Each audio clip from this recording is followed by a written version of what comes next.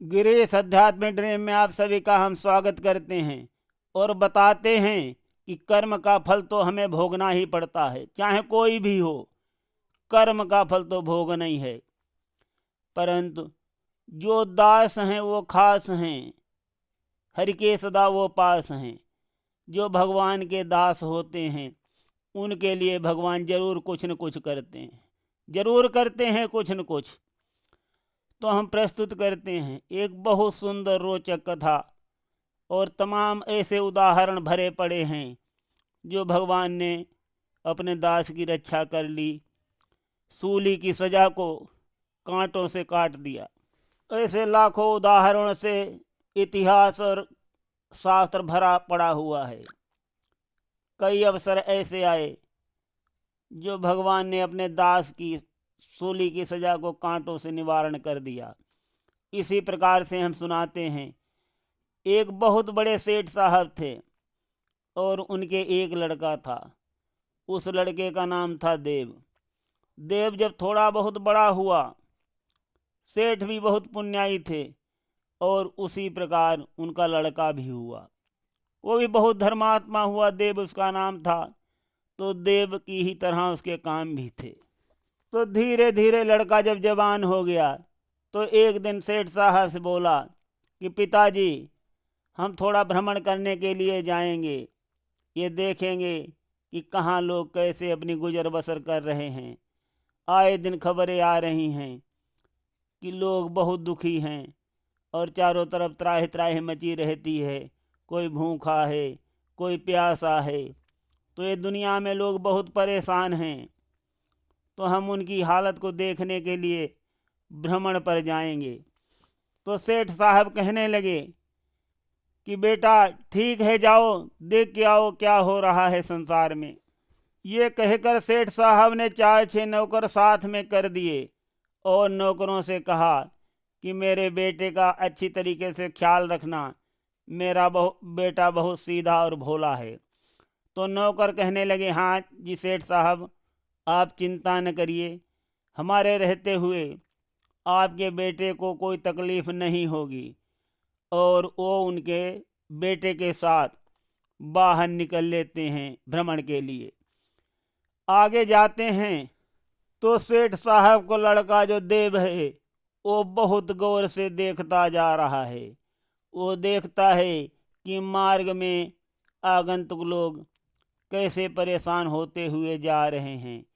कोई भूखा है, कोई प्यासा है, और रास्ते में कोई भी साधन उनके लिए नहीं है। यही सोचते सोचते देव आगे बढ़ता चला जाता है। जब बहुत दूर निकल जाता है तब उसको एक जगह पर बहुत बड़ी भीड़ लगी दिखाई पड़ती है। वो सोचता है कि ये पता नहीं किस लिए इतनी भीड़ लगी हुई है। जब पास में जाता है तब देखता है कि वो पानी पीने वालों की लाइन लगी हुई है और एक कुआं बना हुआ है जिससे एक आदमी पानी निकाल रहा है और सबको पिला रहा है। लोग पानी पी करके बहुत संतुष्ट हो रहे हैं और बहुत पानी पिलाने वाले को आशीर्वाद दे रहे हैं। तो देव ने भी जब ठंडा जल पिया और उसको बहुत आनंद आया, उसने भी आशीर्वाद दिया। उसने मन में ठान लिया कि अब मैं प्याऊ ही लगवाऊंगा और प्याऊ ही चलाऊंगा। यही सोचते सोचते अपने घर वापस लौट आया और अपने पिता से कहा कि हे पिताजी, मैंने भ्रमण करके देखा है कि बहुत लोग परेशान हैं, त्राहि त्राहि वास्तव में मची हुई है, और कहीं किसी भी मार्ग पर पीने के पानी का साधन नहीं है, जिससे लोगों को आने जाने में और यात्रा करने में बहुत ही कठिनाई हो रही है। पिताजी, मैंने ठान लिया है कि मैं प्याऊ लगवाऊंगा और स्वयं ही चलाऊंगा। आज मैंने देखा है कि एक बहुत सुंदर आदमी को जो प्याऊ चला रहा था, लोग लाइन लगा करके पानी पी रहे थे और उसको बहुत आशीर्वाद दे रहे थे। तो पिताजी, मेरे मन में भी यही आ रहा है कि मैं भी अब प्याऊ ही चलाऊंगा। सेठ साहब चौंकते हैं, कहते हैं बेटा तुम कहाँ कर पाओगे इतनी मेहनत। लड़का बोलता जी पिताजी मैं कर लूँगा सारी मेहनत, मैं मेहनत भी करूँगा और खुश भी रहूँगा। मैंने देखा है जो पानी पिला रहा था वो बहुत ही खुश था, बहुत ही संतुष्ट था और बहुत ही हेल्दी भी था पिताजी। उसको बहुत से आशीर्वाद मिलते हैं, हर आदमी पानी पी करके बहुत सा आशीर्वाद देता है। तो पिताजी मैं भी वही काम करूँगा। पिताजी बेटे की बात को सुनकर बहुत खुश हुए। सेठ भी बहुत बड़े धर्मात्मा थे, सोचने लगे कि बेटा भी मेरे ही रास्ते पे जाएगा, ये तो ईश्वर ने बहुत अच्छा किया। सेठ साहब ने कहा बेटे से कि बेटा फिर जाओ और जगह का चुनाव कर लो। तो बेटा जाता है बहुत दूर दराज जहाँ कोई भी पानी की व्यवस्था नहीं थी और आगंतुक लोग बहुत आते जाते थे। तो बेटे ने वही जगह चुनी और वहीं पर प्याऊ प्रारंभ कर दिया। तो प्रतिदिन हजारों आदमियों को पानी पिलाता और बहुत से आशीर्वाद सेठ साहब के बेटे देव को मिलते थे। इसी तरीके से समय गुजरता गया और एक दिन क्या हुआ कि यमराज के 4 दूत किसी को लेने के लिए आए थे और वो आत्मा को लिए जा रहे थे। तो उनको प्यास लग गई, सोचने लगे कि अरे यहाँ तो बहुत भीड़ लगी हुई है और कोई शीतल जल पिला रहा है, तो चलो हम लोग भी शीतल जल पी लेते हैं, देखते हैं मृत्युलोक में कैसा लोग जल पीते हैं। यही सोचते सोचते आए और लाइन में लग करके उन्होंने ठंडा शीतल जल पिया। जल पी करके बहुत खुश हुए यमराज के दूत और देखा कि जल पिलाने वाला भी बहुत खुशी है। तो चले गए यमराज के दूत उसकी सराहना करते हुए मन ही मन में। और फिर वो जब भी आते थे तब वहीं देव के यहाँ वो जल पीने लगे। तो धीरे धीरे उन्होंने सोचा कि ये तो बहुत सज्जन आदमी है और बहुत हंसमुख भी है। तो देव से उनकी दोस्ती हो गई। और फिर क्या हुआ, यमराज के दूत भी अपना भेष छुपा नहीं सके, वो प्रकट हो गए। जब देव ने उनसे पूछा कि तुम हो कौन, जब प्रकट हो गए यमराज के दूत और सब कुछ बता दिया सही सही, तब देव से उनकी दोस्ती हो गई कि हमारा तो आना जाना लगा ही रहता है। तो देव ने कहा कि आप जब भी आना तो हमारे पास जल अवश्य पीना। तो ऐसा ही क्रम चलने लगा। जब भी यमराज के दूत आए तो देव से अवश्य मिलते थे। तो देव ने अचानक एक दिन पूछ ही दिया कि हमारी मृत्यु कब होगी। तो यमराज के दूत कहने लगे कि ऐसे तो हम किसी को नहीं बताते हैं, किंतु आप बहुत अधिक पूछते हो, आग्रह करते हो और बहुत हमारे मित्र हो, तो मैं बता देता हूँ कि फला फला दिन आपकी मृत्यु होगी। तो उसी समय देव की शादी हुई थी।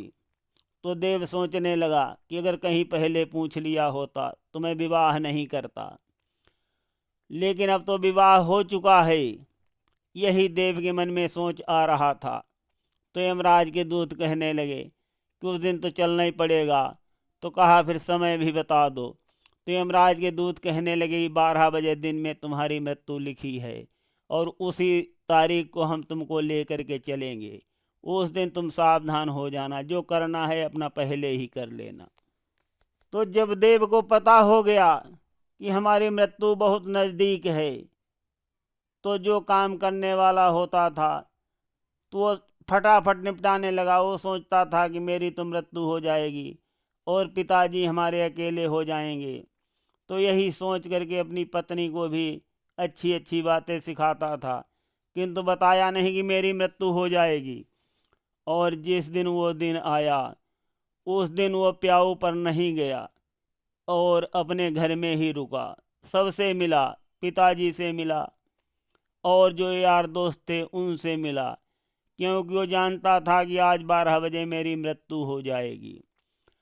तो जैसे ही 12 बजता है तो यमराज के दूत आ जाते हैं।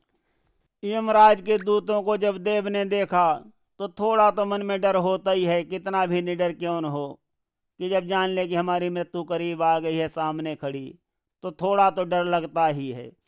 उसी प्रकार देव का भी हुआ। देव ने उस दिन खाना भी नहीं खाया था।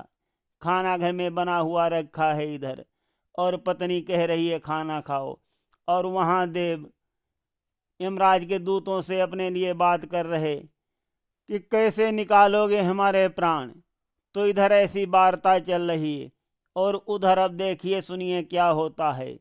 एक पतिव्रता स्त्री थी जिसका पति मर चुका था और बच्चा उसके पेट में था, तो वही बच्चा पैदा होता है। तो वो कहती है अपने पिताजी से, जब पति मर गया था तो वो अपने पिता के घर में आ गई थी। कहती है पिताजी मुझे बहुत भूख लगी है और मुझे कुछ खाने के लिए लेकर के आओ। तो पिता कहता है बेटी हम तो बहुत निर्धन हैं और यहाँ तो कुछ मिलता भी नहीं, हम क्या लाएं तुम्हारे लिए खाने के लिए, जल पी सकती हो। तो बेटी बोलती है मैं जल नहीं पीऊँगी, अगर तुम कुछ खाना लेकर के नहीं आओगे तो मैं जो संतान पैदा हुई है उसी को खा लूँगी, क्योंकि वो संतान जो है बहुत ही नसुड्डी है, पैदा होने से पहले ही पिता को खा गई। तो मैं इस संतान को ही खा लूँगी अपना पेट भरने के लिए, मुझे बहुत तेज भूख लगी है।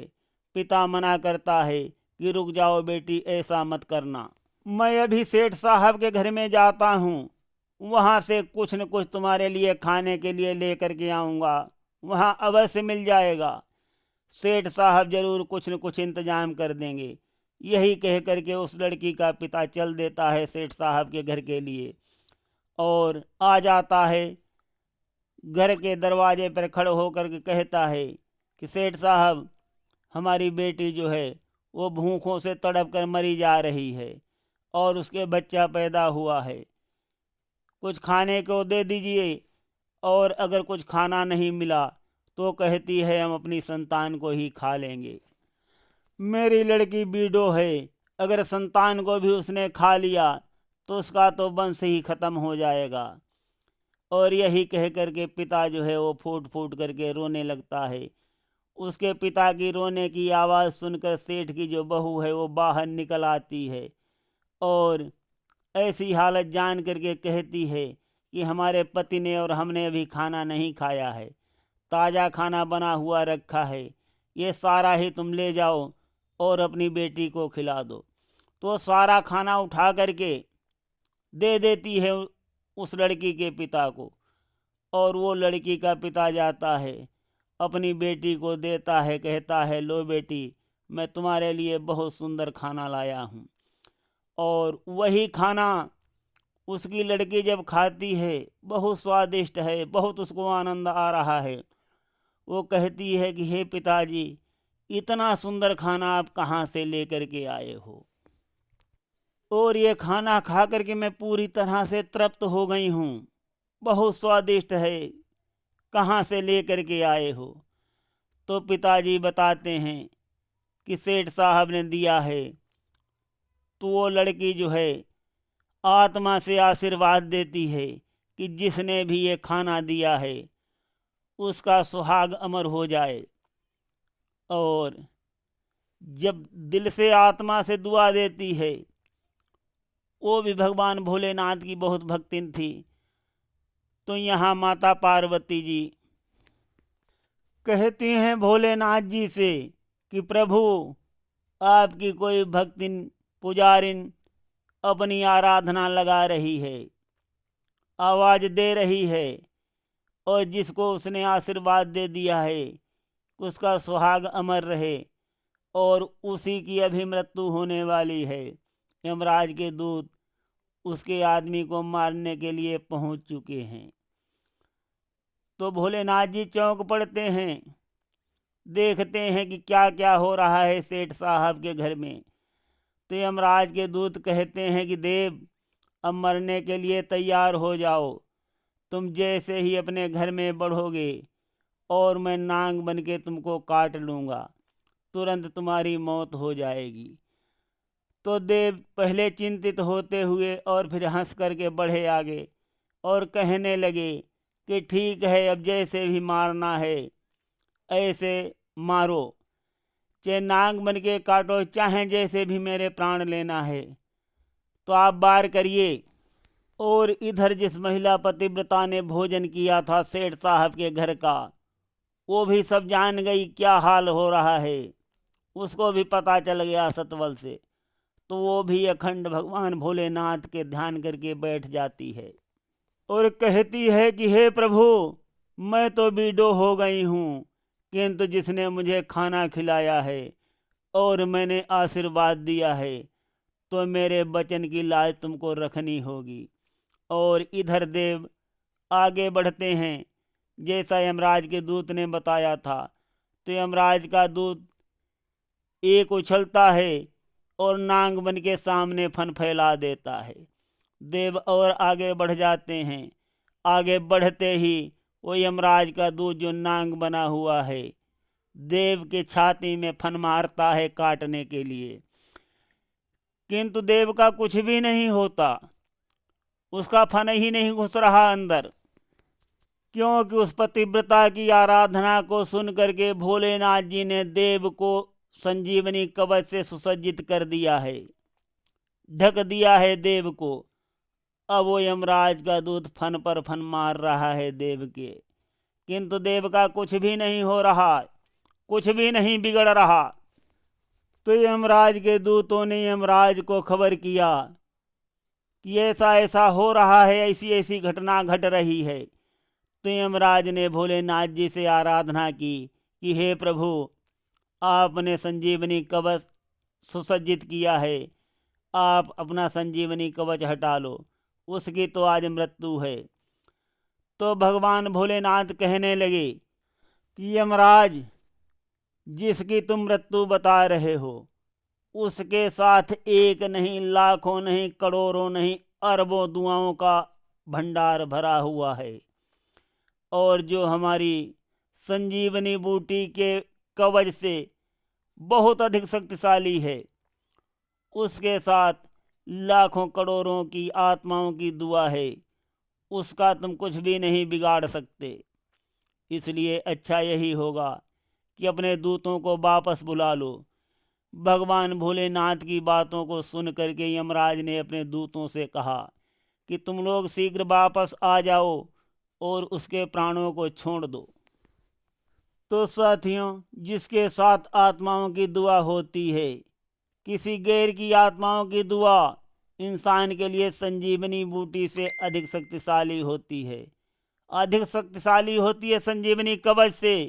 ये बात भगवान भोलेनाथ जी ने स्वयं कही। जो दास है वो खास है, हर के सदा वो पास है। जब भी जरूरतमंद का उपकार कर दो, चाहे भूखा हो चाहे प्यासा हो, जिस भी आवश्यकता की पूर्ति के लिए जरूरतमंद की अगर मदद कर दो, उपकार कर दो, तो आत्मा से दुआ देता है। और जो आत्मा से दुआ देता है उसकी कहीं काट नहीं है, उसको कोई काट नहीं सकता है। भगवान ने स्वयं कहा है कि आत्मा की दुआ को मैं भी नहीं काट सकता। इसीलिए साथियों, फल तो हमें भोगना ही पड़ता है, किंतु अगर हमारे साथ गैरों की दुआओं की आत्मा का कवच है तो उसकी कोई काट नहीं है, वो कभी निष्फल नहीं होती। ये बात भगवान ने स्वयं कही है।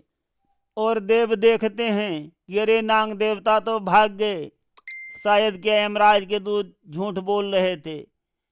फिर सोचते हैं कि भगवान ने हमारी जिंदगी कैसे बख्श दी।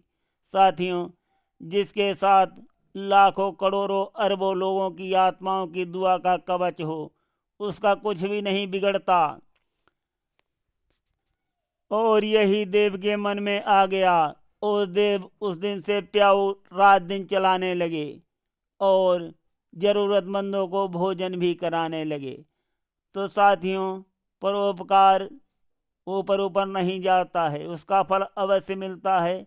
और गैरों की आत्माओं की दुआ सुरक्षा कवच से कम नहीं होती, उससे भी शक्तिशाली होती है। कई अवसर ऐसे आए जो सतबल और धर्म के आगे भगवान को भी झुकते देखा है। और यही लिया दिया परोपकार वक्त पर हमारे काम अवश्य आता है। तो साथियों, करते रहिए परोपकार और सुनते रहिए गिरीश आध्यात्मिक ड्रीम में अत्यंत रोचक और कल्याणकारी कथाएं। आज हम कथा को यहीं पर विश्राम देते हैं। सुनते रहिए। धन्यवाद। जाते जाते ये बता देते हैं सभी को, भगवान प्रभु के पास हमें बचाने के लिए बहुत से साधन हैं। जब उनकी मर्जी होती है तो किसी न किसी तरह वो बचा ही देते हैं। सुनते रहिए अत्यंत रोचक और कल्याणकारी कथाएं। धन्यवाद।